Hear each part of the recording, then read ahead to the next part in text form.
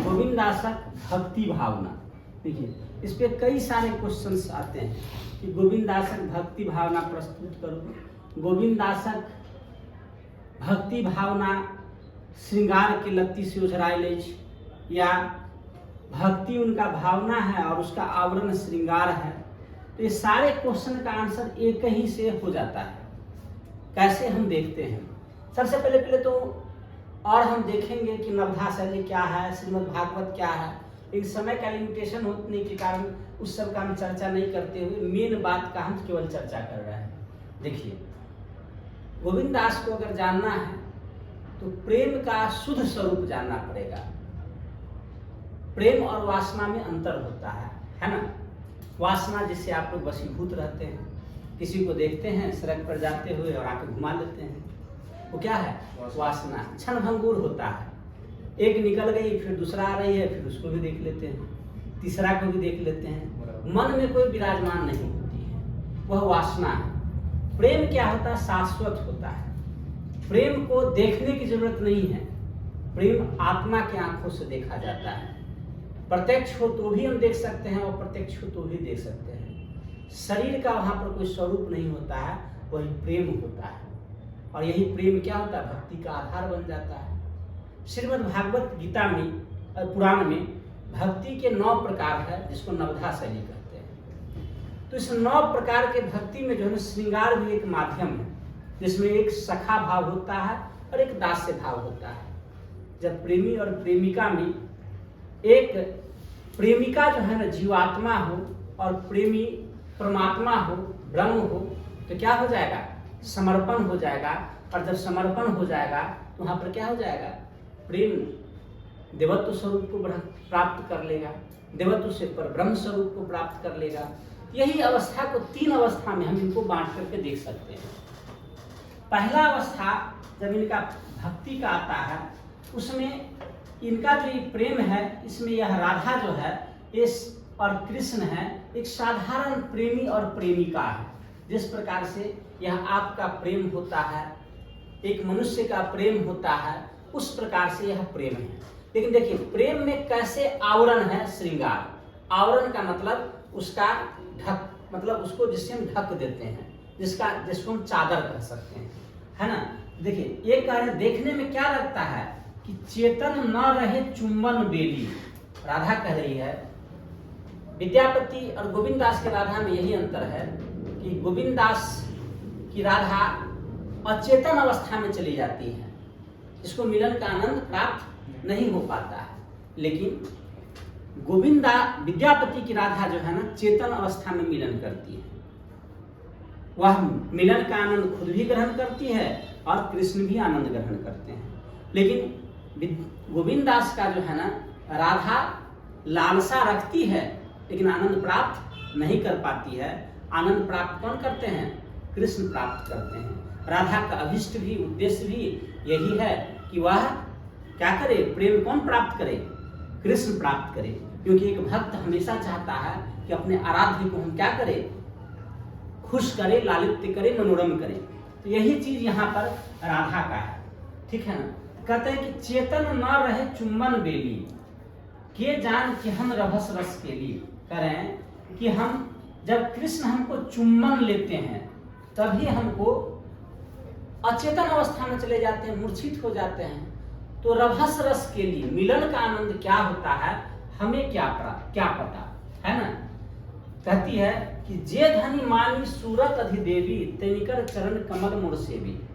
तो जे धनी मतलब जे महिला सूरत की अधिदेवी है, मतलब कृष्ण के मिलन में अपने आप को बस में रख पाती है ना, और इस मिलन का आनंद को प्राप्त कर लेती है, उनके चरण कमल का हम सेवा करेंगे। श्रृंगार ये है। इसका हम भक्ति स्वरूप देखते हैं। अब भक्ति में इसका अर्थ हम ले लेते हैं कि देखिए क्या है भक्ति। कहते हैं लोग श्रृंगार में, चुंबन में कहाँ से भक्ति है। तो देखिए भक्ति कैसे है। राधा कह रही है कि कृष्ण का नाम जब मेरे ओठों को चूमता है और नाम मात्र से हम इतना विशुद्ध हो जाते हैं कि हम कृष्ण नाम में ऐसे खो जाते हैं कि हमें संसारिकता का कोई शुद्ध बुद्ध नहीं लगता है ना। ये भक्ति का आरंभिक स्वरूप होता है।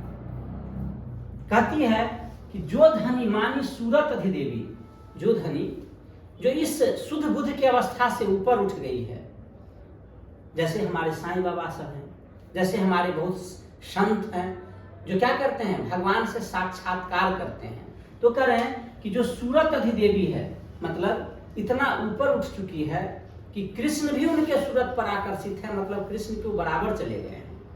ऐसा ये भक्त का स्तर होता है। भक्त जो है ना, जैसे हनुमान जी क्या थे, राम के भक्त हैं, लेकिन भक्ति की प्रबलता इतनी है कि वो भी एक भगवान के रूप में पूजे जाने लगे।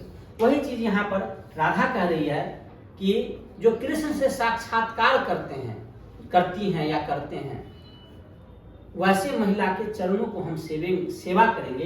अर्थात प्रथम कैटेगरी की भक्त राधा है, जो दूसरे कैटेगरी के भक्त को कह रही है कि हम उनके चरणों का सेवा करेंगे, प्रणाम करेंगे। तो दिक्कत देखिए, इसमें जो है ना, पहली अवस्था में तो प्रेम सामान्य स्तर का है, लेकिन इस सामान्य स्तर में भी भक्ति है। लेकिन इस प्रेम को छुपाने की बात करते हैं। क्यों छुपाने की बात करते हैं? देखिए, कहते हैं कि जे रस आगरी विदग्ध नागरी हेरैत तनिकर साथ, राधा कृष्ण के वियोग में जल रही है। तो कहती है कि जे रस आगरी, जे प्रेम रस को, कृष्ण के प्रेम के रस को, विदग्ध मतलब जल रही है, नागरी मतलब महिला, उसको हम देखते हैं तो हमें मन में शांति मिलती है ना।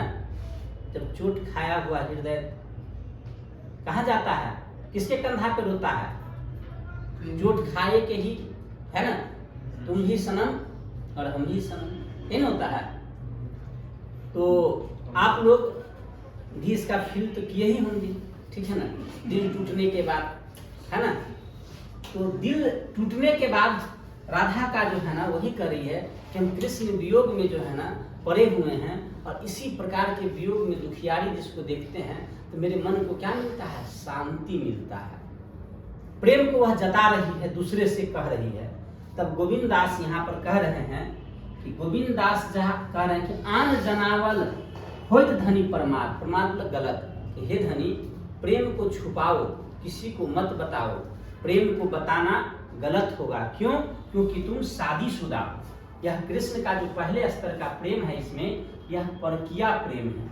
परकिया प्रेम है ना, जैसे हाँ, परकिया प्रेम का मतलब जब कोई महिला शादीशुदा हो, या भारत में क्या है, एक निष्ठ प्रेम का पर किया, पर मतलब दूसरा, किया मतलब काया शरीर, मतलब कोई भी महिला जो है ना पर पुरुष से, पर शरीर से अगर प्रेम करने लगे तो वो परकिया हो गया। तो राधा यहाँ शादीशुदा है, शादीशुदा हो करके यह कह रही है, किससे प्रेम कर रही है? कृष्ण से प्रेम कर रही है। अर्थात गोविंद दास की राधा शादीशुदा है और फिर कृष्ण पर पुरुष से प्रेम कर रहे हैं। ऐसा क्यों कर रहे हैं? तो ऐसा इसलिए कर रहे हैं कि यह भी एक भक्ति का रूप होता है ना। परकिया प्रेम भक्ति का एक स्वरूप है, आवरण है इनका परकिया प्रेम श्रृंगार, लेकिन उसमें निहित भाव भक्ति का है। जैसे हम लोग मंदिर वगैरह में जाते हैं, है ना, और कहीं पर क्या करते हैं, 2 रुपया चढ़ाते हैं, कोई सोना चढ़ाता है, कोई अपने सामर्थ्य के अनुसार से धन चढ़ाता है। क्यों चढ़ाते हैं हम लोग? धन मांगने के लिए नहीं। अगर धन चाहिए तो भगवान पर पैसा कभी नहीं चढ़ाइएगा। धन चढ़ाने का मतलब होता है कि माया का त्याग कर रहे हैं। हमारा माया का प्रतीक है धन। कहते हैं कि ले प्रभु, हम नहीं कहना तुझको तुझको ही अर्पण, तो हे भगवान ये तुम्हारा ही पैसा है, वो हम तुम्ही को अर्पण कर रहे हैं। हमें नहीं चाहिए पैसा, नहीं चाहिए धन, नहीं चाहिए दौलत, हमें प्रभु तुम अपने चरणों में हमको शरण दे दो, ऐसा कुछ कृपा करो। महिला का सबसे बहुमूल्य चीज क्या होता है? उसका तन होता है, उसका शरीर होता है। उसी प्रकार से राधा जो है ना समर्पित हो रही है कृष्ण के नजदीक, जो है ना अपनी इज्जत को अपने आवरण में रख रही है, अपने आवरण को जो है ना वह वहां पर प्रस्तुत कर रही है कि लो कृष्ण, इस शरीर मेरा बहुमूल्य शरीर है, यही जो मेरे श्रृंगार का आधार रहा है, यही मेरा स्वरूप रहा है, लो यह चीज हम तुम्ही को समर्पित कर रहे हैं। यह तुम्हारा ही दिया हुआ सौंदर्य है ना, इसी सुंदरता पर हम इठलाते हैं ना, है ना, इसी सुंदरता पर इठलाते हैं ना। ये क्या है? ये ले लो, ये सुंदरता, ये तुम्हारा शरीर है, तुम्ही को हम अर्पण कर रहे हैं। इसका उद्देश्य क्या हुआ? फिर जो है ना, फिर क्यों भक्ति कर रही है? तो फिर शादीशुदा होकर के क्यों, कुमार में क्यों नहीं?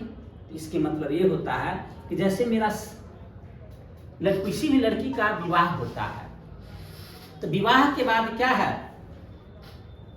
पति एक बंधन के रूप में आता है जो स्वच्छंद प्रेम नहीं करने दे सकता। नहीं करने देते हैं ना किसी का, कोई आदमी करने दीजिएगा अपनी पत्नी को स्वच्छंद प्रेम? हाँ ठीक है, आपका पड़ोसी बड़ा खुश रहेगा। ठीक है ना? ठीक है माधव, ठीक है, नाम भी माधव, माधव पढ़ भी रहे हैं, ठीक है ना? तो हो सकता है कि आप माधव हैं, पिताजी आपके नाम कुछ सोच के ही रखे होंगे, ठीक है ना? तो परोपकार आपके तरह हो जाए तो फिर धर्म युद्ध रुक जाएगा, ठीक है? तो इस प्रकार से हम लोग जन्म लेते हैं, तो जन्म लेते ही हमारा ब्याह माया से हो जाता है, मुंह से हो जाता है। कोई आदमी हमको पूजा कर रहे हैं, ओम नमः शिवाय प्रणाम ठेकाना, है ना? और फोन आ गया, हम अपने, मेरी पत्नी कही कि जी फोन आ गया है, कोई लड़का जो है ना एडमिशन के लिए बैसल है, जल्दी से दौड़ के जाओ। हमको वैसे रुको, कह दो कि 1 घंटा के बाद आएंगे, फोन के 1 घंटा के बाद आएंगे, नहीं हम 5 मिनट रुकेंगे, नहीं तुम चल जाए। हमारे कन्या की कहती है, भरि दिन बेलूड़ा की तरह घर में बैठल रहे छी, एडमिशन भागल जाए छी, आप पूजा के ढोंग करे छी, है ना? माया क्या करेगा, हमको खदेड़ करके कहेंगे ओम नमः शिवाय, अगरबत्ती खोसो, चलो भाई भगवान का पूजा बाधों में होगा, पहले तो एडमिशन लेकर के पैसा तो कमा लें, ये ना सोचेंगे। ये माया हमको क्या किया, भक्ति करने से रोक दिया, रोक दिया। उसी प्रकार से जो है ना, एक शादीशुदा महिला को जो है ना, एक शादीशुदा महिला को क्या होता है, कभी भी स्वच्छंद प्रेम करने से पति मना कर देता है। तो कह रहे हैं, संदेश देना चाह रहे हैं कि जिस प्रकार से राधा ब्याही शादीशुदा होते हुए भी कृष्ण से छुप के प्रेम कर रही है, उसी प्रकार से आप गृहस्थाश्रम में रहते हुए छुप के प्रेम कर लीजिए। जनाने की जरूरत नहीं है, अर्थात कर्मकांड करने की जरूरत नहीं है, यज्ञशाला मनाने की जरूरत नहीं है, मंत्र की उच्चारण की जरूरी नहीं है, पूजा का वेदी लगाने की जरूरत नहीं है, सीधा जो है ना कुश के आसन पे बैठने की जरूरत नहीं है, सीधा जो है ना हम पढ़ा रहे हैं, कृष्ण के नाम का जाप कर रहे हैं। आप समझ रहे हैं कि भक्ति कर रहे हैं, है ना? अगर हम कृष्ण के भक्त हैं, ये कह रहे हैं जैसे कबीर, नानक, है ना, जिस प्रकार से भक्ति भाव के स्वरूप प्रस्तुत किए थे, उसी प्रकार के स्वरूप से प्रभावित है गृहस्थाश्रम में भक्ति को लेकर के कौन, गोविंद दास। तो परकिया प्रेम का यही निहितार्थ था। देखिए, फिर गृहस्थाश्रम से अब राधा का पहला अवस्था हो गया, पति से प्रेम है ना? जैसे हम गृहस्थाश्रम के बंधन से बंधे हुए हैं, लेकिन हम कृष्ण कृष्ण कृष्ण करते करते मेरा मन कृष्ण से इतना जुड़ गया, इतना जुड़ गया कि अब हमको अपना बेटा बेटी के सुख में, बेटा हमको आइसक्रीम खाएगा कि बेटी पिज्जा खाएगी, कि घर वाले को शिमला घुमाएंगे, कि गोवा घुमाएंगे, कि मलेशिया घुमाएंगे, कि सिंगापुर घुमाएंगे, इसमें कोई आनंद नहीं रहा। आनंद रह रहा है, सारा सामर्थ्य हमको, सारा आनंद प्राप्त हो रहा है कृष्ण नाम के स्मरण में। यौवनता हमको जो है ना, इंद्रिय हमारा क्या हो गया है, भक्ति के बस में आ गया है, इंद्रिय वासना के बस से मुक्त हो चुका है। तब हम क्या करेंगे, हमको कृष्ण चाहिए, कृष्ण नाम में आनंद मिलता है। इंडिया में या कहीं भी विश्व में यह एक अजीब पहेली है। देखिए, हम भागते हैं किसके पीछे, अंबानी, फलान ठेकान, धन दौलत वाला के पीछे, लेकिन अंबानी किसके पीछे भागता है, फकीर के पीछे, साईं बाबा, फलान ठेकान की थोड़ा सा आशीर्वाद मिल जाए। तो ये धन के पीछे भागना, धन है कि भक्ति है, अंतिम रूप से खुशी क्या होता है, आत्मीय आनंद होता है, और आत्मीय आनंद भक्ति का होता है, धन का नहीं होता है। ये धन से जब मोह भंग हो जाए, तभी आप जाइए कृष्ण के चरणों में, तभी जाइए आप ईश्वर के चरणों में। तो ये दूसरा अवस्था का प्रेम आ जाता है, जहाँ पर राधा भक्त हो जाती है और कृष्ण ईश्वर हो जाते हैं। जब भक्त हो जाता है कोई और ईश्वर के नजदीक भक्त रूप में आता है, तो भक्त को अपनाने से पहले भगवान क्या करते हैं, भक्त का परीक्षा लेते हैं, तरह तरह से यातना लेते हैं और तड़पाते हैं। तो यही दूसरा अवस्था में क्या होता है, जब इनका गृहस्थाश्रम से मोह भंग हो जाए, तब कहते हैं तुम कृष्ण प्रेम में आ जाओ, और तब जो है ना खुल के कहो कि हम कृष्ण के भक्त हैं। तो पहले अवस्था में छुपाने की बात कर रहे थे, और दूसरे अवस्था में कह रहे हैं कि जब सखी उस पर आरोप लगाती है कि तुम जो है ना कृष्ण के प्रेम में फंसी हो, तो जीवन तुमको रो रो करके गंवाना पड़ेगा, पर पुरुष के लालसा में क्यों फंसी। तब गोविंद दास उनको सलाह वही जो यहाँ कहते कि छुपाओ, बताना गलती होगा, यही कह रहे हैं कि जब तुम्हें हृदय प्रेम तरु रोपला श्याम रस रस आसे, से निज नयन निर्पुण सींचा, कहता है गोविंद दास से। कह रहे कि गोविंद दास कह रहे हैं कि यदि तुम अपने हृदय में प्रेम का पेड़ लगाई हो, श्याम के दर्शन के रस को प्राप्त करने के लिए आशा करी हो कि हम श्याम का दर्शन प्राप्त करेंगे, तो इस श्याम के दर्शन के आशा में जो यह फल लगाई हो, तो से निज नयन, तो अपने आंख के आंसू से इतना सींचो, इतना नीर पटाओ उस पेड़ को कि कृष्ण क्या हो जाए, तुमको भक्ति का परीक्षा ले रहा है, तुम भक्ति के परीक्षा में सफल हो जाओ और कृष्ण का तुम्हारा दर्शन हो पाएगा। यह गोविंद दास कह रहे हैं, ठीक है ना।